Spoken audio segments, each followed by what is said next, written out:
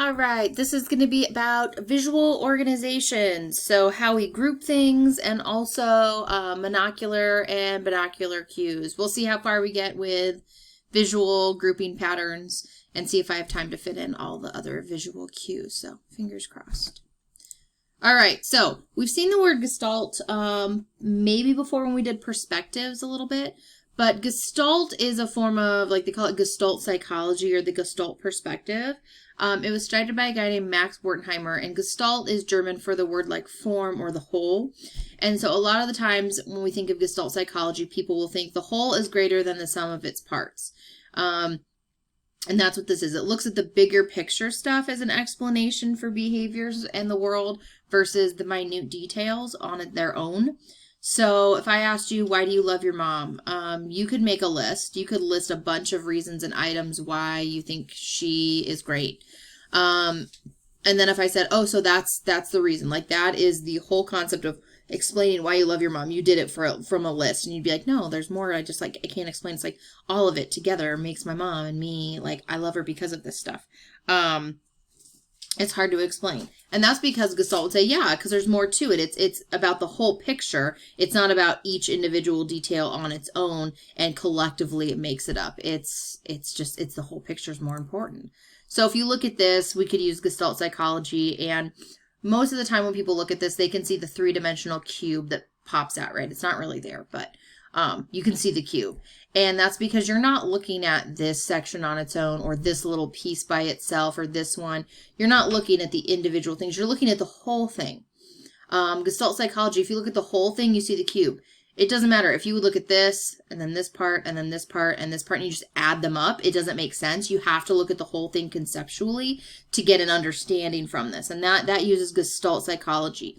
So there's Gestalt principles at work in terms of how we identify groups.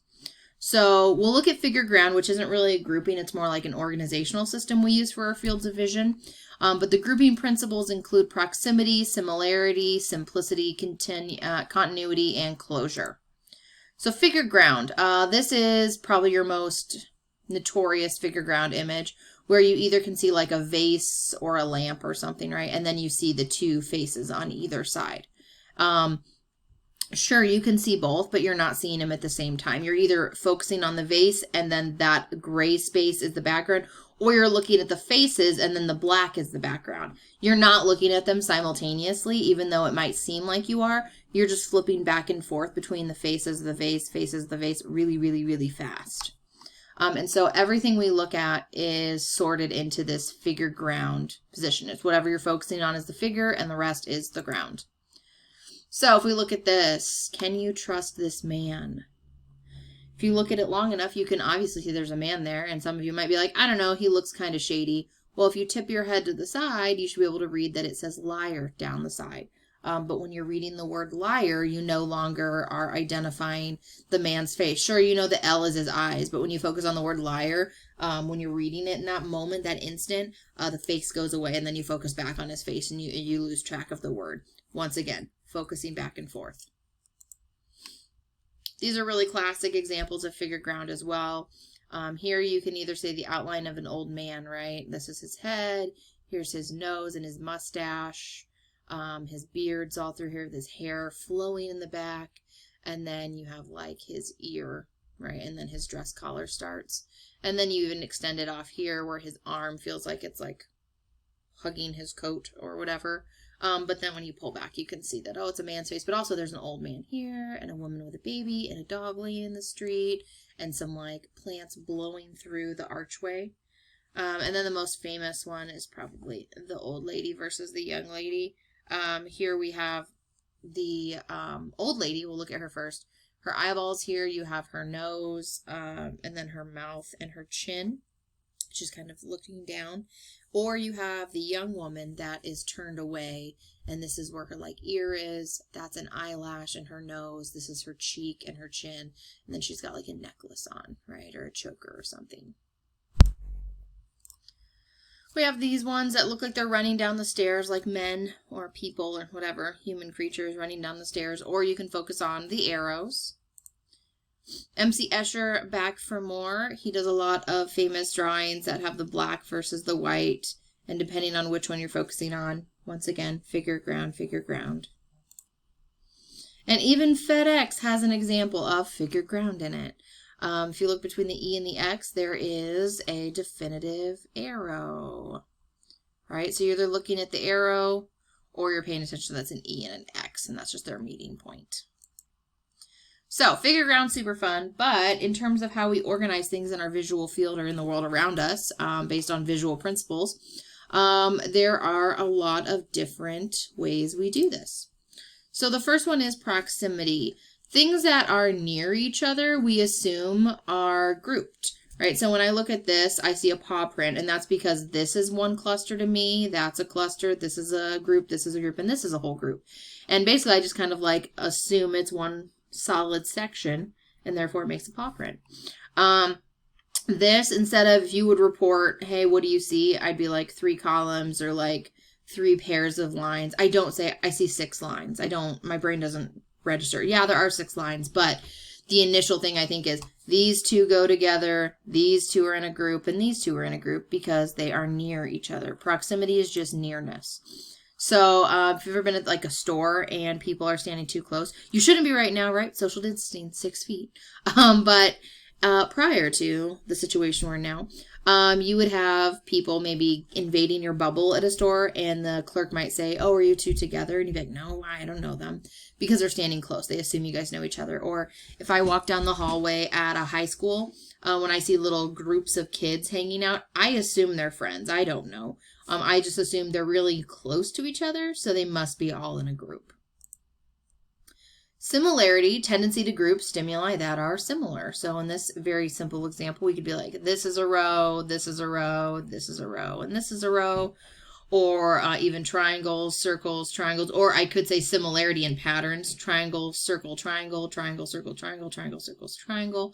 Right? Similarity makes me assume that, yeah, they must be all together. If I see a bunch of kids on a court, running around, I just assume the kids in the red shirts and the kids in the blue shirts are all on a team, or they're together of some sorts.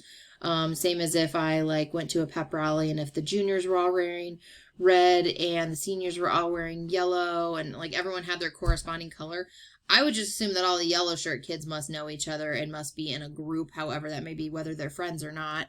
They're in some kind of group because of a matching quality, right? A similar shared item.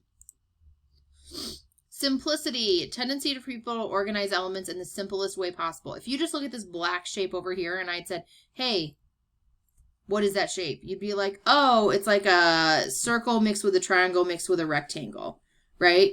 And you would visualize something like this is how this image was created, because it's simple, right? You wouldn't say oh, it's a brand new shape no one's ever drawn before. It's a weird 90-degree angle with another 90-degree angle with a small one and this weird arc. No, that's super, super confusing and complex. We break things down into the most simple pattern or simple explanation possible because it just makes sense to us. Continuity, tendency for us to perceive smooth, continuous paths rather than something being discontinued. So even if I'm driving and I see the road curving and I can't see the end of the curve because, it's way far out there, I don't just assume that it ends, right? If I'm taking an interstate ramp and in my visual field initially I don't see where it goes on to because it's too far away, I don't just assume, oh, it probably just ends and I'm going to fall off the road. I assume things continue to go. There's a continuation there. Same with when I look at these drawings, I perceive this line in the middle as being a straight, continuous line that I draw. And then this, I picture it being a continuous wiggly line. Same with an addition sign. I picture it all the way down, all the way across. I don't picture stop, go a quarter of the way in, stop, quarter way in, quarter. I don't picture that. Same with this one. I don't picture line segment, break, half a circle, break, another half a circle. That's not how my brain works because we like smoothness and just continuation or continuity. So this one kind of shows continuation, it almost looks like the leaves in our head. We'd all know that this symbol is trying to say the leaf went whoosh and whipped through this letter.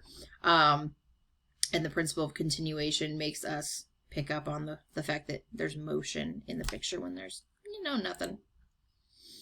And then we have closure. So the idea that this is a triangle, this is a circle, and this is a square. It's not. It's a bunch of line segments with gaps in between them.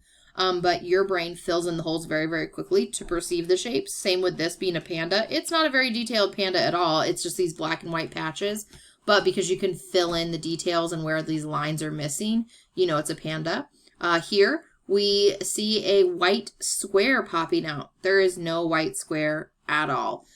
There are just these incomplete circles and these weird right angle things that are posted out, but your brain completes the missing parts and closes them up and creates a square that's not really there. So that's it for this stuff. I am going to stop and do monocular and binocular cues on a different one because it will be much easier.